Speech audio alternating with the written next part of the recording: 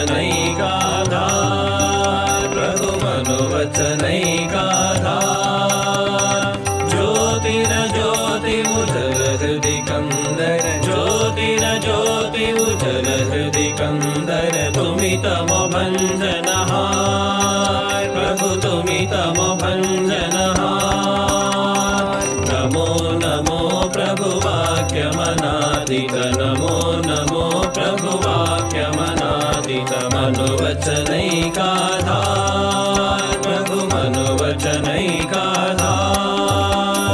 ज्योतिरज्योतिमुजल हृदि कंदर ज्योतिरज्योतिमुजल हृदि कंदर तुमि तमो भंजनहार प्रभु तुमि तमो भंजनहार धिधि लंग रंग भंग बाजे अंग संग मृदंग धिधि लंग रंग भंग बाजे अंग संग मृदंग गायचे छंद भक्त वृंद आरती तुम्हार गायचे छंद भक्त वृंद आरती तुम्हार जय जय आरती तुम्हार हर हर आरती तुम्हार शिव शिव आरती तुम्हार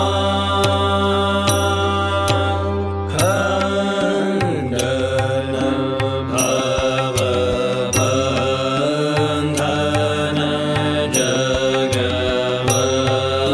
जगवंदन वंदितो जय श्री गुरु महाराज जी की जय।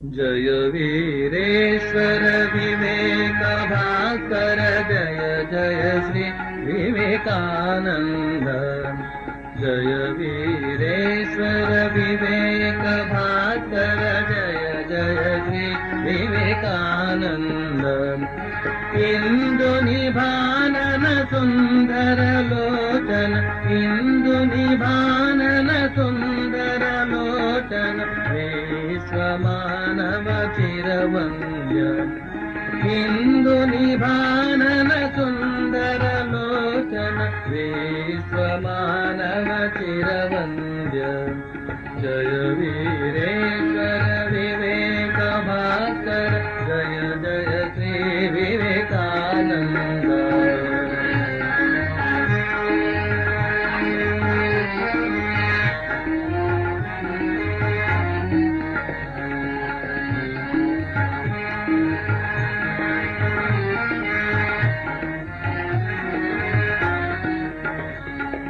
प्रेम टल टल कांति सुविमल प्रेम टल टल कांति सुविमल अधिगत वेद वेदांत प्रेम टल टल कांति सुविमल अधिगत वेद वेदांत त्यागति दीक्षा तपस्योज्वल त्यागति दीक्षा तपस्योज्वल चित्त निर्मल शांत त्यागति दीक्षा तपस्योज्वल चित्त निर्मल शांत जय वीरेश्वर विवेक भास्कर जय जय श्री विवेकानंद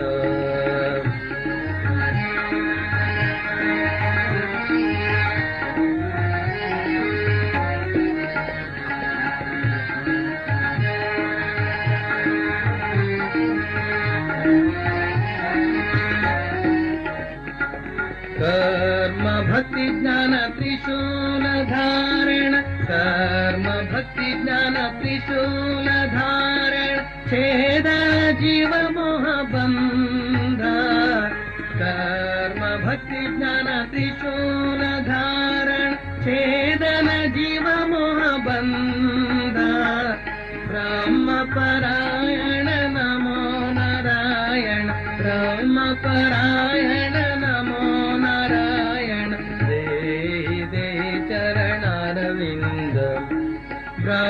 ಪರಾಯಣ ನಮೋ ನಾರಾಯಣ ದೇಹಿ ದೇಹಿ ಚರಣಾರವಿಂದ ಜಯ ವೀರೇಶ್ವರ ವಿವೇಕ ಭಾಸ್ಕರ ಜಯ ಜಯ ಶ್ರೀ ವಿವೇಕಾನಂದ ಜಯ ವೀರೇಶ್ವರ ವಿವೇಕ ಭಾಸ್ಕರ ಜಯ ಜಯ ಶ್ರೀ ವಿವೇಕಾನಂದ ಇಂದು ನಿಭಾನನ ಸುಂದರ ಲೋಚನ ಇಂದು ನಿಭಾನನ ಸುಂದರ ಲೋಚನ ವಿಶ್ವಮಾನವ ಚಿರವಂದ್ಯ ಇಂದು ನಿಭಾನನ ಸುಂದರ ಲೋಚನ ವಿಶ್ವಮಾನವ ಚಿರವಂದ್ಯ ಜಯ ವೀರೇಶ್ವರ ವಿವೇಕ ಭಾಸ್ಕರ ಜಯ ಜಯ ಶ್ರೀ ವಿವೇಕಾನಂದ ಜಯ ವೀರೇಶ್ವರ ವಿವೇಕ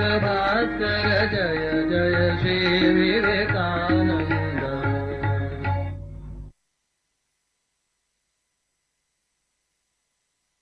ಎಲ್ಲ ಸ್ಟ್ರೈಟಾಗಿ ಕೂತ್ಕೊಳ್ಳಿ, ಬೆನ್ನು ನೇರವಾಗಿರಲಿ. ಎಡಗೈ ಮೇಲೆ ಬಲಗೈ ಇಟ್ಕೊಳ್ಳಿ. ನಮ್ಮ ಗದ್ದ parallel to the ground, chin parallel to the ground ಇರಬೇಕು. ತಲೆ ಯಾರು ಬಗ್ಗಿಸ್ಬಾರ್ದು, ಸ್ಟ್ರೇಟಾಗಿ ಕೂತ್ಕೊಳ್ಳಿ. ಧ್ಯಾನ ಮಾಡುವಾಗ ನಮ್ಮ ಮನಸ್ಸು ಧ್ಯಾನದಲ್ಲೇ ಇರಬೇಕು, ಬೇರೆ ಎಲ್ಲೂ ಹೋಗದೇ ಇರೋ ಥರ ಅದರಲ್ಲೇ ನಾವು ಇಟ್ಕೊಳ್ಳೋಣ ಮನಸ್ಸನ್ನು. ಮೊದಲು ಪ್ರಾಣಾಯಾಮ ಹೇಗೆ ಅಂದರೆ ಜೋರಾಗಿ ಉಸಿರು ಎಳ್ಕೋಬೇಕು. ನಿಮ್ಮ ಮೈಂಡಲ್ಲೇ ಕೌಂಟ್ ಮಾಡ್ಕೊಳ್ಳಿ 1 to 5. ಆ 5 ಕೌಂಟ್ ಆಗೋವರೆಗೂ ನೀವು ನಿಧಾನಕ್ಕೆ ಉಸಿರೆಳ್ಕೊಂಡು 2 ಕೌಂಟ್ ಅಥವಾ 3 ಕೌಂಟ್ ಹೋಲ್ಡ್ ಮಾಡಿ ಉಸಿರನ್ನು. ಆಮೇಲೆ ನಿಧಾನಕ್ಕೆ ಓಂ ಹೇಳ್ತಾ ಉಸಿರನ್ನು ಬಿಡಬೇಕು. ಉಸಿರನ್ನು ಬಿಡೋದು ಎಷ್ಟು ನಿಧಾನವಾಗಿರಬೇಕು ಅಂದರೆ ನಮ್ಮ ಇನ್ಹೇಲ್ಗಿಂತ ಎಕ್ಸೇಲು ಜಾಸ್ತಿ ಕೌಂಟ್ ಇರಬೇಕು. ಸ್ಟಾರ್ಟ್ ಮಾಡೋಣ. ಇನ್ಹೇಲ್,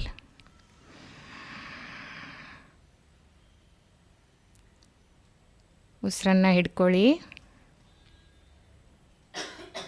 ನಿಧಾನಕ್ಕೆ ಉಸಿರನ್ನು ಬಿಡಿ.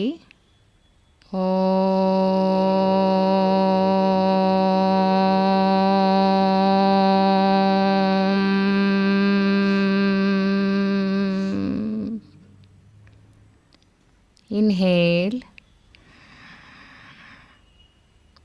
hold, exhale. Inhale, hold, exhale.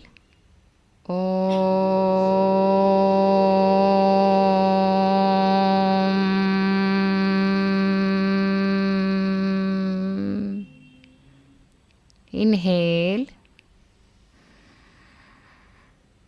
hold, exhale.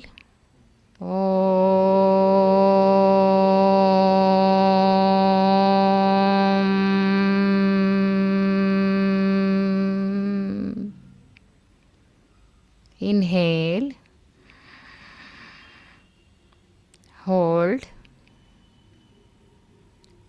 exhale.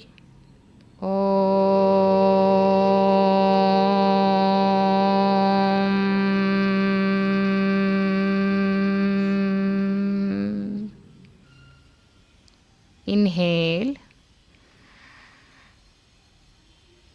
hold,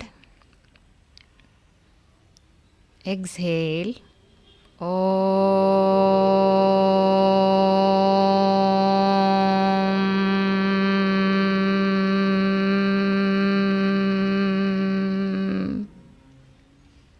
Inhale,